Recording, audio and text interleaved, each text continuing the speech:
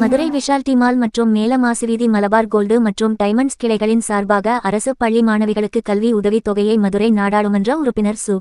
வெங்கடேசன் அவர்கள் வழங்கினார். மலபார் கோல்டு மற்றும் டைமண்ட்ஸ் அண்ட் கார்ப்பரேட் சமூக பொறுப்புணர்வு நிகழ்ச்சி மதுரை விஷால் டி மால் மற்றும் மேலமாசி வீதி மலபார் கோல்டு மற்றும் டைமண்ட்ஸ் கிளைகளின் சார்பாக மதுரை கலைஞர் நூற்றாண்டு நூலகம் அரங்கில் நடைபெற்றது. இந்த நிகழ்ச்சியில் சிறப்பு விருந்தினராக மதுரை பாராளுமன்ற உறுப்பினர் சு.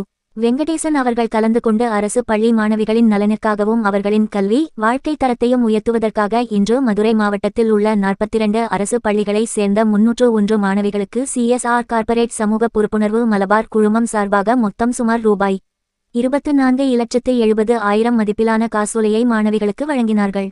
இந்த நிகழ்ச்சியில் சுதிர் முகமது மலபார் கோல்டு மற்றும் டைமண்ட்ஸ் தமிழ்நாடு கிழக்கு மண்டல தலைவர், நிஷாந்த் மலபார் கோல்டு மற்றும் diamonds Madurai Vishal de mall கிளை தலைவர், சிஹாபுதீன் மலபார் கோல்டு மற்றும் டைமண்ட்ஸ் மதுரை மேல மாசி வீதி கிளை தலைவர் ஆகியோர் உடனிருந்தார். இவை தவிர மலபார் கோல்டு மற்றும் டைமண்ட்ஸ் நிறுவனத்தின் வெற்றிகரமான வணிகத்திற்கு அதன் சமூக பொறுப்பு முன்முயற்சிகள் இதர காரணங்கள் ஆகும். தனது லாபத்தில் குறிப்பிட்ட சதவீதத்தை சுகாதாரம், கல்வி, வீட்டு வசதி, சுற்றுச்சூழல் பாதுகாப்பு மற்றும் மகளிரை அதிகாரமயமாக்குதல் என சமூக பொறுப்பு திட்டங்களுக்கு செலவு செய்கிறது என்பது குறிப்பிடத்தக்கது.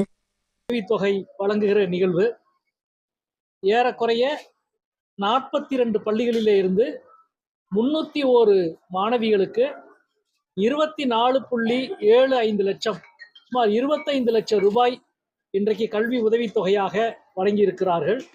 அதிலே சிறப்பு விருந்தினராக பங்கெடுத்து இந்த 301 மாணவிகளுக்கும் 25 லட்சம் ரூபாய் கல்வி உதவித்தொகையை வழங்குகிற ஒரு நல் வாய்ப்புக்காக நான் முதலிலே நன்றி தெரிவித்துக் கொள்கின்றேன். குறிப்பாக நம்முடைய மாவட்டத்தில் கல்வி சார்ந்த பணிகள், அது உயர்கல்விக்கான கல்வி கடன் இந்தியாவிலேயே உங்களுக்கு தெரியும், இந்த ஆண்டும் கல்வி கடன் பெற்றுத் தருவதில் முதல் மாவட்டமாக நம்முடைய மதுரை மாவட்டம் இருக்கிறது. இன்றைக்கு கூட இந்த நிகழ்ச்சிக்கு பிறகு வங்கி அதிகாரிகள் தான் சந்திக்க இருக்கின்றோம். இந்த ஆண்டினுடைய இறுதி பட்டியல் அநேகமாக அடுத்த வாரம் நாங்கள் வெளியிடலாம் என்று இருக்கின்றோம். இந்த நிகழ்ச்சியை பொறுத்தவரை நான் குறிப்பிட்டு சொல்ல வேண்டியது, அரசு, பொதுத்துறை வங்கிகள் கல்வி கடன் கொடுப்பது என்பது மிக முக்கியமானது. அதை கடந்து இது போன்ற நிறுவனங்கள் CSR நிதியில்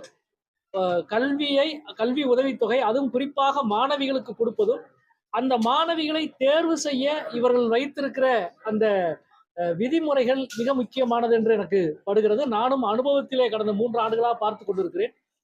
தனித்து வாழும் தாயுடைய குழந்தைகள், வறுமை கோட்டுக்கு கீழே இருக்கிறவர்கள், முதல் தலைமுறையிலே படிக்கிற மாணவிகள் என்று பல